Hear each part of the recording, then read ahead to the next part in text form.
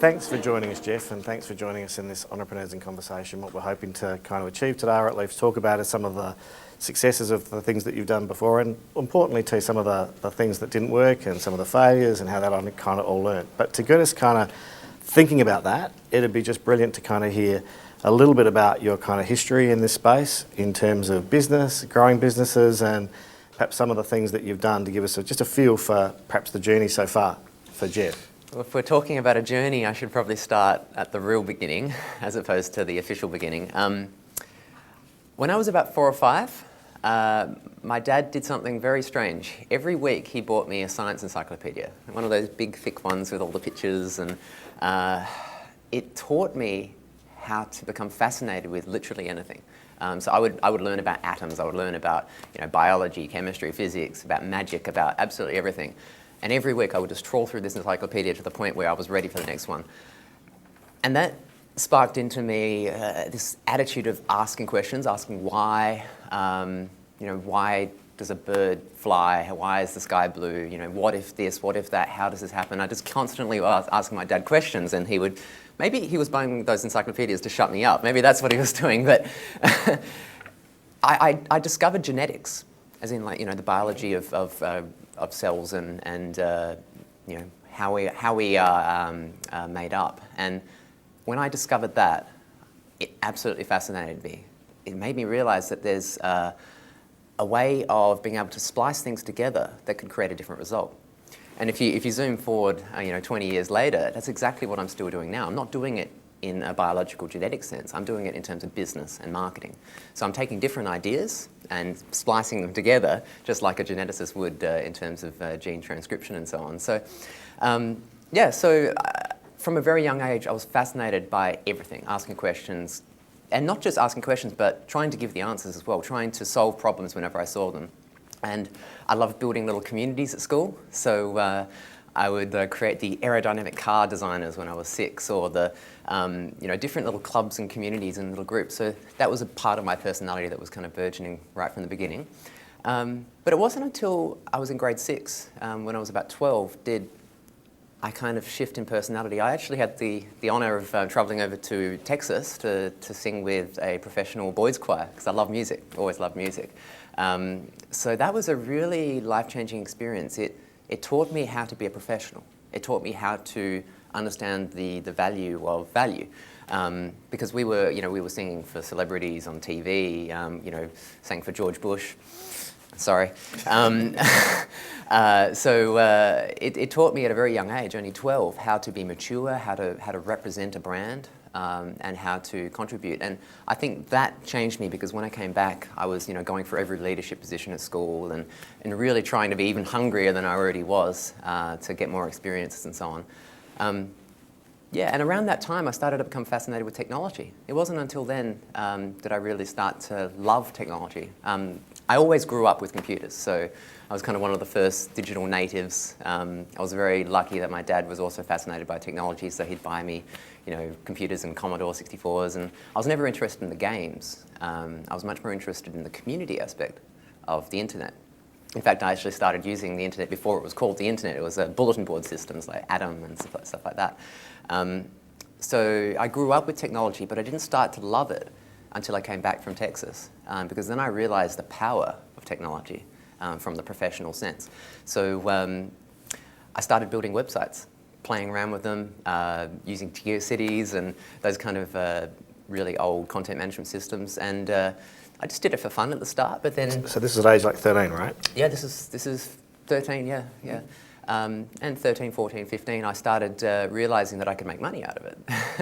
It started off as a passion, as a curiosity, really, just to play and tinker, and a new thing to learn, a new thing to splice the genes of the CSS and the HTML and the JavaScript and smashing it all together. But then my hairdresser said, well, I need a website. This is back in the days when no one had websites, so that was quite cutting edge. And I made like $600 in 3-4 hours. As a 13-year-old back in the day, that was a huge amount of money. It blew my mind. And around that time, I also started reading, what's it called, Rich Dad, Poor Dad, Robert Kiyosaki. And in fact, that book has changed the lives of a lot of people I've met, a lot of other fellow entrepreneurs, around my age. They all read it when they were 15, 16, and it just open their mind that this investor mindset, this entrepreneur mindset, this business owner mindset, as opposed to the employee mindset, it really just opened my eyes to that there is control and there is ability to make a change and have influence and all those kind of things. So I also read Anthony Robbins around the same time. Didn't quite get as much out of it, but it also gave me some frameworks for self-development and self-management. So anyway, all of that kind of started to build. And then essentially I got bored of doing stuff for other people. That was the gist of it. The money wasn't really fun anymore because, you know, I could do it. I'd already tackled that challenge. So I stopped making websites for other people and started doing them for myself. So this is back in the days of, well, before Barter card, before Barter card existed. My brother and I, my brother's always been a strong influence on me, we created a company together. This is when I was about 14, he was 16.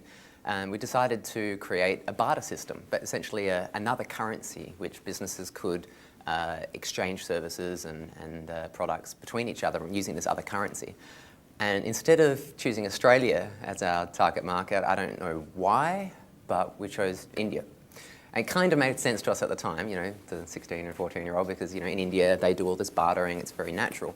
So my brother, 16, dropped out of school, you know, had no benefit from school really. He was well, to say it bluntly, too smart for school, and it was boring for him, and he got bullied, he didn't enjoy it, it wasn't the right environment for him, so he just decided not to go anymore. Went off to India and, you know, did big events with, you know, hundreds of people in a room, and I was back in Australia doing the graphic design, the web design, and some of the kind of grassroots stuff. So, I mean, it's pretty amazing if you look back at what we did. I mean, we did it so badly, it's not funny, but back in that day, everyone was doing web startups badly. That was, you know, everyone was just giving it a shot and making mistakes. So, and we had some good success. It fell over after a while, but, you know, we didn't really care. And then zoom forward another 2 years. By that point, I'd been share trading for quite a while because that's how I expressed my my rich dad, poor dad kind of investor mindset. I'd been fascinated with the community of share trading and fascinated how the share market is actually like a living, breathing organism, and it has emotions and it has reactions, and, you know, information goes in and trades go out, and you've got this whole kind of microcosm or macrocosm really of people that are all joined together and create the all ordinaries or whatever it is. I just found that fascinating. I had to solve the puzzle. I had to create like an algorithm to trade the share market. So it wasn't about the money, it was about solving the puzzle. Just like the encyclopedias and so on. It's all about learning and solving puzzles. And I made some great friends through share trading, other accountants and, you know, lawyers and other full-time traders and so on. And I'd just be chatting to them before and after, you know, school and sometimes during school, and just sharing information and analysis and, you know, sharing my ideas on how I'm trying to solve this puzzle. And it got to the point where a few weeks before my final Year 12 exams, you know, matric, we had swap vac, which is like the week or two where you're meant to study and, you know, really focus.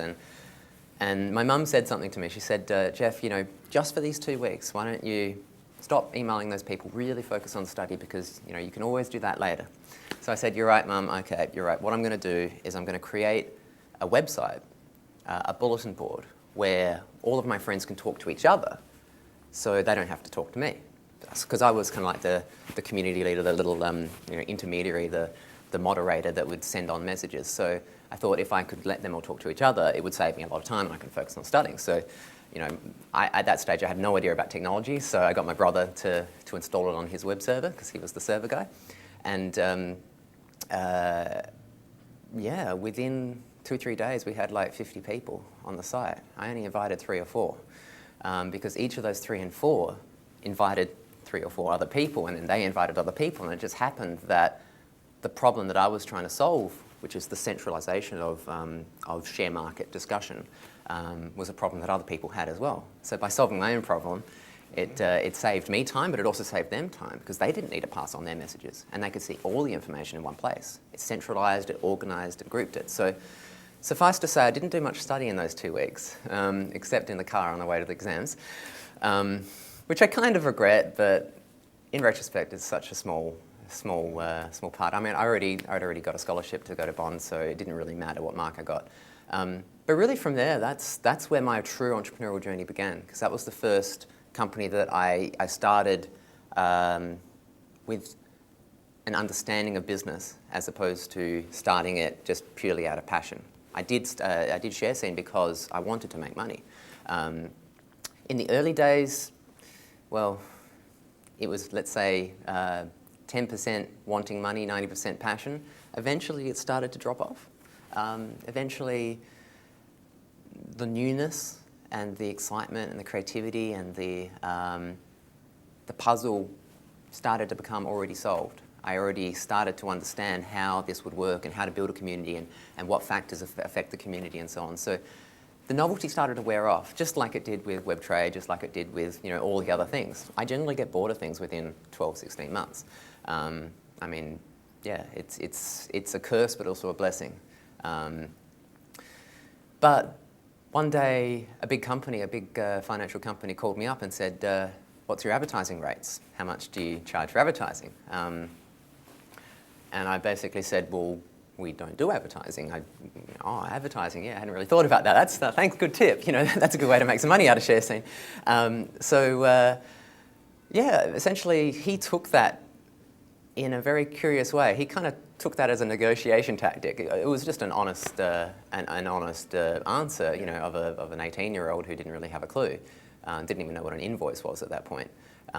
He took that as a negotiation of me hardballing him. So he said, "Oh no, how much is it going to cost? I've got a big checkbook here. Don't say no to me, little boy," kind of thing.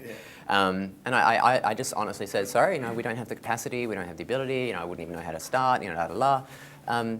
So eventually, after 2 or 3 more phone calls, he made an offer I just couldn't refuse, or that really woke me up. But then, out of naivety, I called up some other competitors because I didn't like the idea of having just one advertiser on the site. That to me didn't seem right, because ShareScene was all about open discussion, about transparency, about giving a shared, balanced view of things. That's the purpose of ShareScene, bringing professionals together to be better together. And you felt some responsibility for that community, right? Yeah, exactly. Yeah, exactly. Well, I felt almost a duty to that community to give a balanced view. Just like the discussion on the site was balanced, I wanted to make sure the advertising was balanced. So before I entertained having the first advertiser on the site, I called up some other advertisers, said, "Hey, we're doing some advertising. We want to have, we call it CFD month, Contracts for Difference month." And I got 3 or 4 people who were interested to basically match the existing offer and all have advertising. It was, very, very exciting. Then the first person came back and said, no, how much was it going to cost to get rid of the other 2? And basically it started a bit of a bidding war, and that's where ShareScene started. That's where the commercial side of ShareScene started. So we found a really good compromise where we came up with a balanced view, but still, made some good money.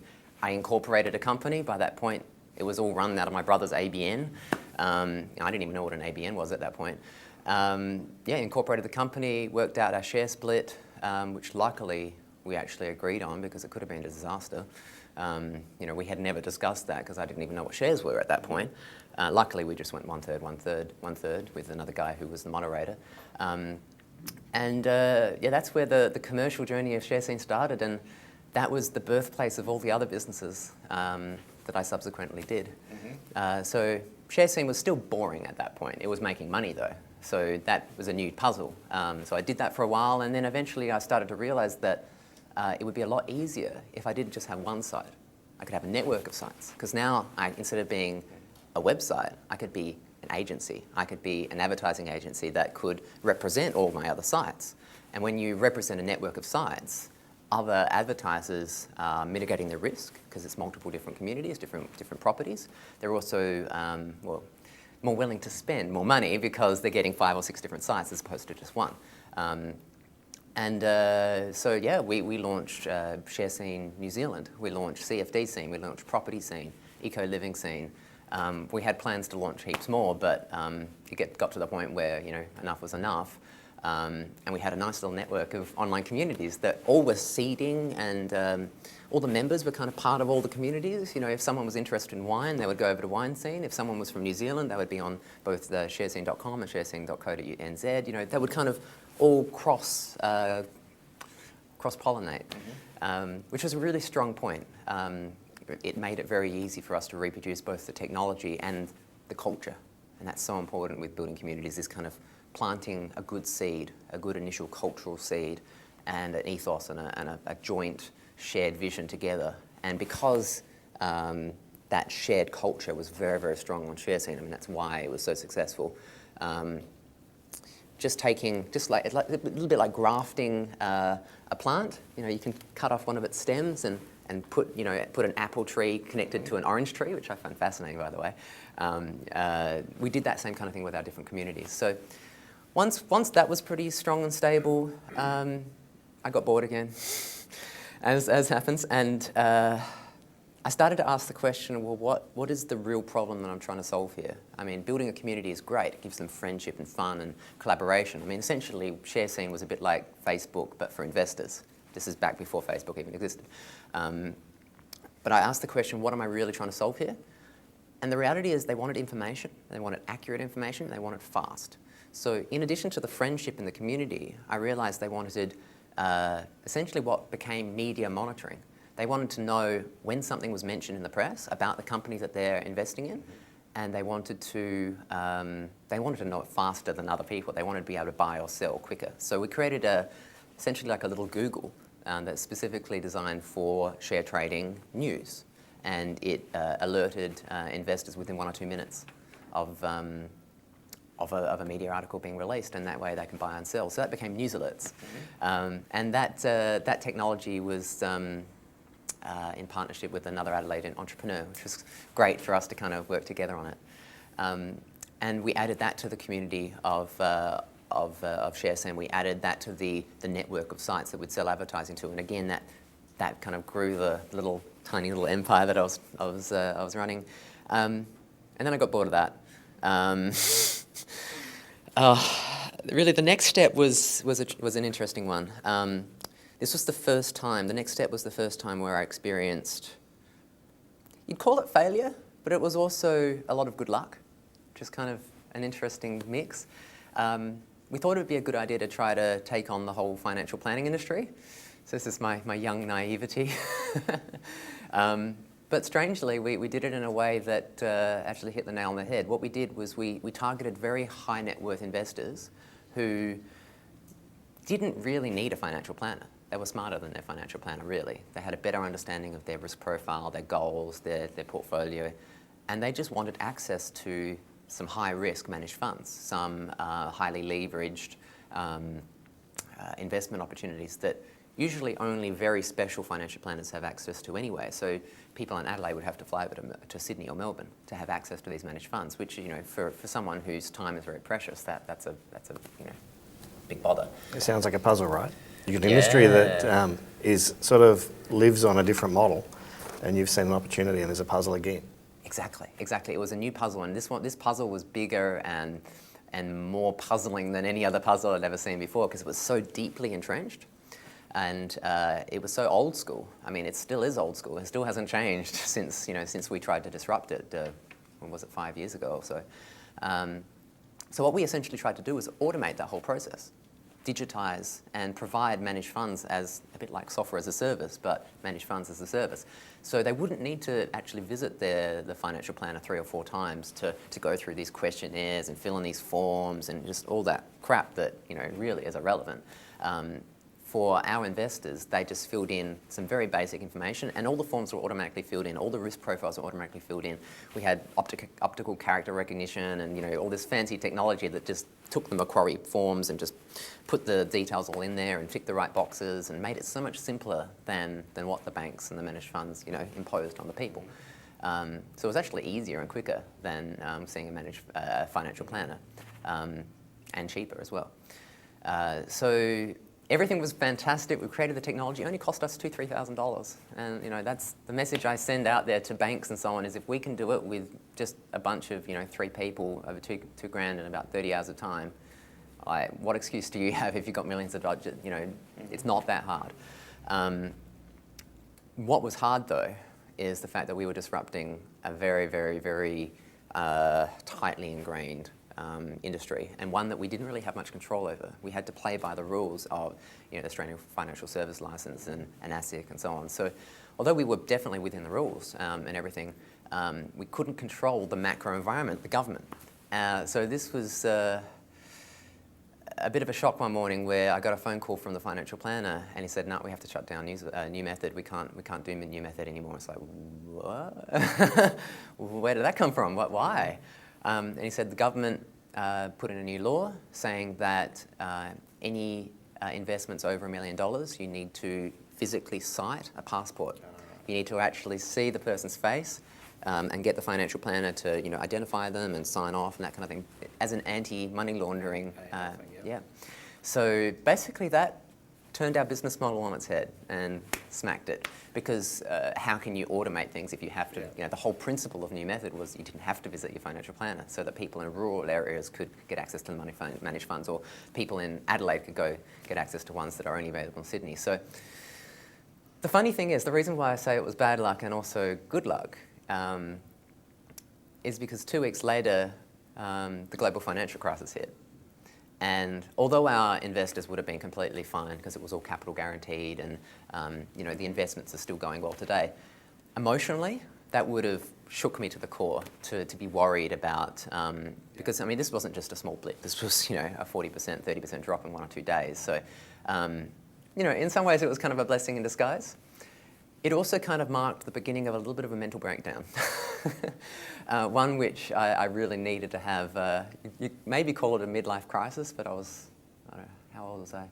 22, I think, around that time. I didn't have much of a childhood. I didn't have a normal childhood. I had a fantastic childhood, don't get me wrong, but my childhood was learning, reading, playing, investigating. Very much studious, but not in the normal sense. I wasn't studious because I wanted to get top marks. I was studious because I loved it, because I just, this was more fun than playing games. This was more fun than, playing in the mud. My idea of the ultimate thrill is learning something new, and it still is. I haven't, never changed. But because I had, at that point, I was running 5 communities, News Alerts, the media monitoring company, New Method, which luckily, was shut down. Oh, and by the way, I also started a web design agency. I forgot to mention that, in the city. Grew that up to 8 staff and sold that to one of my staff members. Around that time, it just all got too much. I didn't know how to say no. I didn't know my limits. I didn't really know how to fail. I didn't know what it was like to be told, no, you can't do something, or that's not going to work. Whether it be blind luck or strategy, I don't know, but ShareScene had gone well, CFD, everything, New Method had gone well. Everything was going well for me until that moment. And then I started to realise that my life was a little bit like a pack of cards. And although it was a very beautiful, architecture, it was flimsy in the sense that it was built on, you'd say almost entirely on passion. And it didn't have the stability and structure and the routine and the planning and the traditional mindset of business. It was built on what I wanted to do. I wanted to learn how to be a consultant, so I created a consulting company. I wanted to have more experiences to play around with different internet marketing technologies, or to see how much change I could make in other people's businesses. That was a new puzzle, because I was bored of solving my own puzzle. I wanted to go back to solving other people's puzzles. It's a bit of a loop from when I was 14. So everything that I'd done was kind of that instinctual following what smells good, what looks good. Oh, that looks good. Let's do that. Oh, let's start an investment company. Oh, let's do an online community. Let's start a web agency. Let's do a media monitoring company. It was just like whatever I saw, I did if I wanted to do it. Everything was possible. Until that moment where I was told, I can't do this. This is not going to work. And then the funny thing is, it's just, as I said, it was kind of the midlife crisis I had to have. Everything became hard. Everything became dangerous. Everything became risky. ShareScene became just almost like a prison, as did the other companies, and it felt like I was trapped, because I was responsible for hundreds of thousands of people.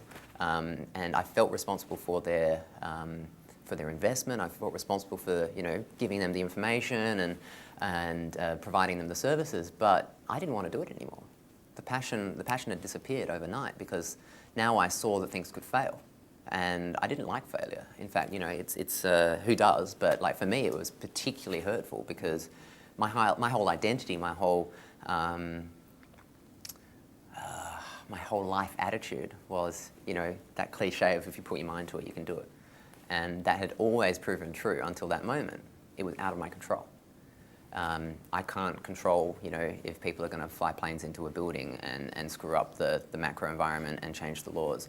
I can't. I started to realize that control was very important to me. Stability was very important to me. Dependency was very important to me.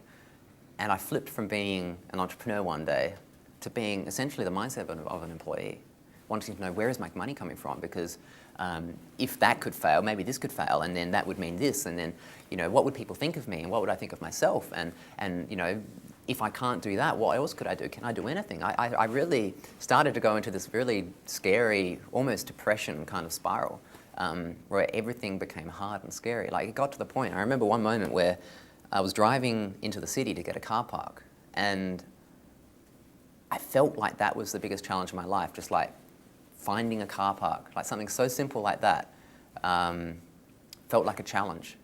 And I was looking for any easy win. I was looking for any success that I could find, even just finding a car park. And if I couldn't do that, what could I do? And I couldn't find a car park that day. I was just driving around for 10 minutes, and everything became hard. Mm-hmm. So you can imagine if finding a car park was hard, running 5 companies was also pretty hard. Yeah. It got to the point where I was like, enough's enough. I need to readjust. I need to reevaluate. And I saw counsellors, I saw psychologists, and so on, and a lot of business coaches, a lot of mentors, and so on. And eventually, it didn't take long. It took a month or so to kind of dig myself out of that negative spiral. But I learned how to fail. I learned that it was okay. I learned that people actually celebrate that. In fact, people respect me a lot more. The fact that that I actually had a challenge, and I think I respect myself a lot more now that I know that I've been experienced that, and I fail all the time now. I love it. Yeah. So it has changed you. So the absolutely. Geoff today versus the Geoff back then when everything was possible. Yeah. What happens when an entrepreneur walks in now and gives you an idea about something? Is everything possible? I'm very or cynical is it... now. I'm very, very cynical. But I think that's my value. I think what I have to offer other entrepreneurs, and I love mentoring young entrepreneurs. I mean, what I forgot to mention is that one of the key things that got me out of that negative cycle of everything is not possible and everything's hard and what's the point, is starting the Startup Club and meeting other young entrepreneurs and hearing their ideas and being able to give them a balanced but cynical view of their business idea. So rather than everything being possible, which was the young, naive Geoffrey, which proved out true until that point, my attitude is a lot is possible, but why bother? Because you might as well choose the thing that's going to make the biggest difference. You might as well choose the thing that is the easiest possibility, the one with the greatest opportunity for return on investment, whether that be money or lifestyle or whatever. So I moved from being a traditional entrepreneur of wanting to build an empire and wanting to make millions and that kind of thing, to a lifestyle entrepreneur, essentially. Analysing things not just on the bottom line, but and not just on the double bottom line, which is the social entrepreneurship, the community, but a triple and quadruple bottom line, thinking about how is it going to affect your family, how is it going to affect your fun, how's that going to affect your health, and making decisions more holistically like that, and looking not just at how much money can it make, but how much risk is there, and if you wanted to sell that company, would it be sellable? Or if you wanted to shift the business because you got bored, would it be possible? Or how many people, how many different variables are in that equation? So I started to see the larger picture. And it became a very cynical way of looking at business, but that only made me more successful because I could avoid the pack of cards that I originally built. So yeah, I sold ShareScene, I sold news alerts, got rid of the technology for New Method and still made some money out of that, which was good. yeah, as I said, sold Xentech Web to one of my staff members there, and essentially I had nothing, and that was a relief. It's the best way of putting it, a relief. I didn't care about the money. Honestly, did not care one bit about the money. I mean, money was great. It, got a nice house. It was good. It was all worth it. But to me, it was the journey that really mattered, and the feeling of relief to look back and say, I did some cool stuff. I made a positive difference. I basically decentralized the share broking industry. I gave a good shot at decentralizing the financial planning industry, and I brought information to people for free that normally they'd have to pay $1,000 for, and helped them to build a stronger economy and make smarter investment decisions. And I felt quite good about that. Helped hundreds of clients at Xentech Web, but the real best feeling was the feeling of relief of not having to do it anymore. Yeah. Will you do it again? Never. No. Not that way. No, not at all. I mean, I'm very different now. What I do now is I take the same mindset of entrepreneurial strategy, of feasibility analysis, of creation, of invention, of entrepreneurialism, and I apply that within other people's businesses. So I kind of describe myself as an entrepreneurial consultant. I would never want to do what I did before. I wouldn't be able to cope with it. I wouldn't have the energy, I wouldn't have the patience, I wouldn't have the time. Because, I mean, that puzzle's been solved already, hasn't it? Why would I want to do it again? I'd much rather mentor, lots of other young entrepreneurs and teach them the lessons that I went through and accelerate, multiple other startups as opposed to trying to do one myself. So I have such a passion out of helping other clients to make their millions, and doing it in a way where it's more flexible than being an entrepreneur. It's kind of being a puzzle coach. Yeah, that's a good way of putting it. Yeah, instead of me solving the puzzle, I guess I've solved the puzzle and I've found the pattern, or as best as I can, and I'm teaching other people how to understand how to solve puzzles. Just as an aside, did you know with Rubik's cubes, there's an easy way of solving it. They look too hard to me. There was an Australian who solved it in seven seconds, I think. But there's two ways to solve it. One is by being smart. The other one is by understanding the puzzle. So the guy who solves it in 7 seconds, he understands the algorithm. He understands that if there's a green one there and an orange one there, you need to twist it 3 times here, 2 times there, and then 1 time back, and it'll be fixed. That's the smart way. That's very difficult. The easy way is you just twist the left-hand side one, and then twist the top one, and then the left-hand side one, top one, left, top, left, top, left, top. You just keep on doing that about 3-4 minutes, and eventually it will fix itself. Really? Yeah. So I just peel the stickers off. So I mean, I love understanding the puzzle, Yep. understanding the rules of the game, and teaching people how to either play the game smarter, or teaching them how the rules can be bent. I never break rules. I've never broken a law in my life that I can think of. But there are some laws that you can be applied in different ways, and it's completely legal, and it's actually in the spirit of the law. So in terms of business, for example, you can turn what traditionally would be a cost center, an expense, and you can turn that into a revenue. For example, I was just talking to a mentor recently who makes money out of the recruitment process. He actually interviews people, and they pay him to be interviewed. I find that kind of stuff fascinating. So business itself is a puzzle. Yeah. And I love understanding the rules, so you can play with the rules, and it's all a game to me. And it's like some people love sport. I don't really care much about sport. For me, my sport is business.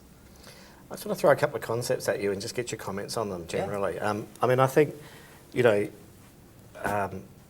we often say, or we often try and kind of teach some of our startup companies things like certainty has high value. In other words, you're going through this sort of mix of whatever it might be. And often the best deal isn't the deal, but the certainty or something that allows you to get somewhere. Yes. And I remember when, I think I heard you talk before, you talked a little bit about some of these things are like walking through a fog, and that you can't necessarily see where you're going, and something appears. How does that work with you solving the puzzle? I mean, you've got a puzzle that's sitting there, now you're in the fog. Yes. What happens now? Wow, that's a good question. To me, the first point is certainty is boring. right? Certainty makes it not a puzzle. If you have too much certainty, it's no longer a challenge because everyone already has the answers, and it's no longer an achievement to win that puzzle because it's, if I asked, when was the Battle of Hastings, everyone would just pull out their phone and find the answer. Information on that basic factual level is a commodity now. So that gives a new puzzle, a new challenge to entrepreneurs, because now it's not just about that basic level of certainty. It's about going one level up and saying, okay, well, what new things are uncertain? What are the new frontiers to explore? Unless there is a lot of uncertainty, I would say there isn't a lot of opportunity, because it's about supply and demand. If there's a lot of certainty and, the reason why you can make $1 million in the lottery is because there's a lot of uncertainty. The skill, though, is combining the ability to find certainty where other people can't. So you mentioned, entrepreneurship is a bit like walking in the fog. You can see a light there in the distance, but you don't know if that's a town. You don't know if it's an oncoming train. You don't know if it's, the moon or the sun. Like, you don't know. It's all foggy. But you have to make, strategic choices and say, well, does it have 2 lights? Well, then it's probably a train. If it has, a lot of small lights, it's probably a town. And if you have the strategic ability to analyse and understand the puzzle, you can make smarter choices, run or, or walk towards it. So an entrepreneur's value isn't in finding certainty. It's in finding certainty that other people can't find. And in fact, that's the skill of me as a consultant or any other consultant is if you can walk into a business and see things for certain that other people see as uncertain, you're contributing new value. So to me, I love uncertainty. I am bored as soon as it becomes certain. As I said, I sold most of my companies 16 months after they created them because they became certain. The puzzle had been solved. And it's about being hungry for new uncertainty. I'm going to ask you a couple of specific questions before we leave. Yeah. What word do you hate hearing the most? Ooh, what word do I hate hearing the most?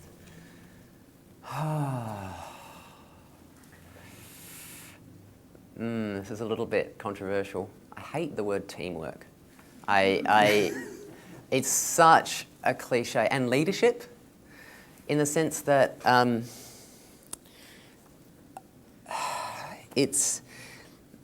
I think businesses would be a lot better served by allowing individuals who are high potential individuals to thrive in an individual environment.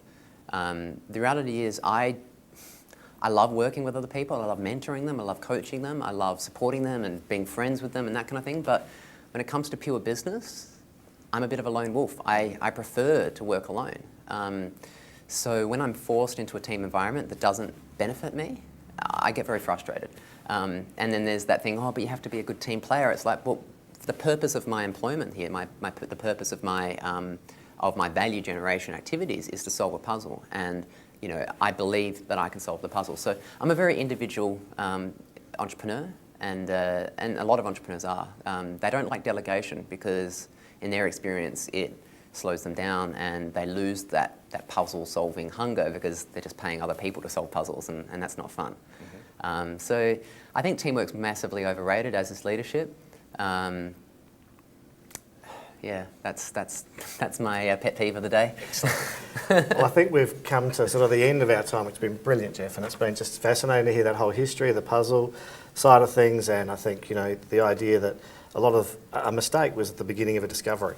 Absolutely. In other words, yeah. Geoff Mark II, Absolutely. Geoff 2.0 has come out and been a much better person for it. So, Definitely. guys, thanks for encouraging Geoff.